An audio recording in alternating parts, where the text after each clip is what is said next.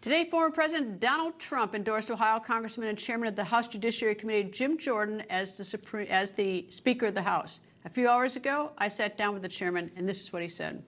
Former President Donald Trump has endorsed you, which is an important endorsement for this, but it also may have an impact on those moderate Republicans who are in districts where President Biden prevailed in 2020.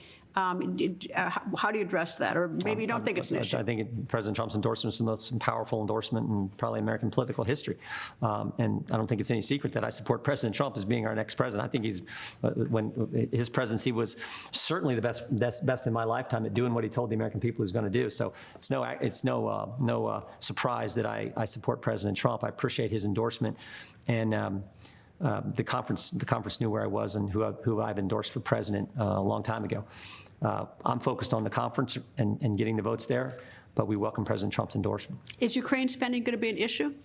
Yeah, my position on this has been clear. And I think again, so much of this is just common sense. You're from the Midwest. I'm from the Midwest. Like, we both went to Wisconsin. Both Badgers.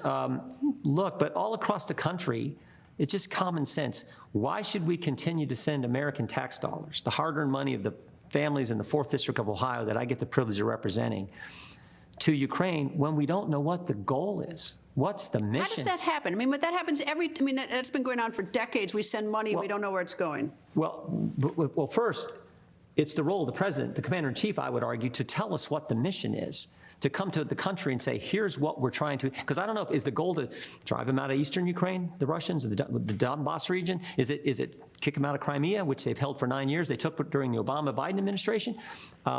What is the objective? Until you know what the objective is, it's hard to measure that the money that's been sent there already, if it's actually being effective, because you have to ask the question, effective to what end? We don't know because we don't know the goal. So for me, it's pretty basic. Give me the objective, and then let's have accountability how the money is spent for the objective, and then we can entertain the question. But until those things are answered, I just don't get it. And I think that's where the American people are. American people don't want Russia having this huge influence in Europe. We understand that, and we want to stop that. What's so hard for? There is no accountability. I mean, even if we know the mission, historically we don't know where the dollars are. After the war is over, we find out how much was stolen.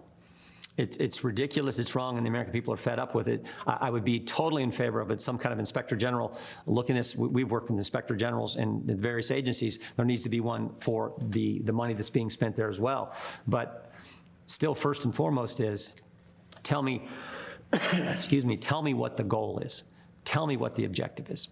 And I would argue that's the responsibility of the commander-in-chief of the greatest country ever, to go to the people, to go to we the people, and explain it to them.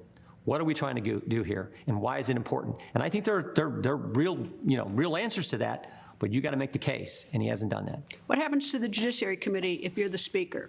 Well, who's the next chairman? That's a steering committee determination. We got good people on the committee, and they'll do good work. They'll continue to do the work of this, what Speaker McCarthy called the weaponization of government against we the people, these federal agencies being turned against the citizens, the very people they're supposed to serve. And so we feel like we've been successful in showing that and frankly making changes. I mean, it's no accident that the IRS no longer makes unannounced visits to Americans' homes. The commissioner announced that, and of course he said it's because we're concerned about the safety of our agents. Baloney. They made that change because we caught him knocking on Matt Taibbi's door when he's testifying in front of our committee. Total intimidation. So we're having an impact with the work we're doing. That will continue because it's what we told the American people we were going to do if they gave us the majority in the House. We said we were going to do our constitutional duty of oversight.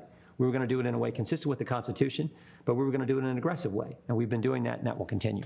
You know, maybe I'm a little bit lazy, but I look at the job of Speaker and I think that's the last job I'd want. You know, it's like you've got to be out every night, you've got to raise money, you've got to herd cats, you've got people shooting at you from every direction. Why do you want it?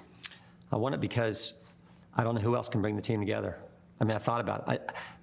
Greta, you just asked about I had the job I wanted, I had the job I like the job I'm in. But after what happened, I thought about it, prayed about it, talked to my wife about it, and I said, you know what?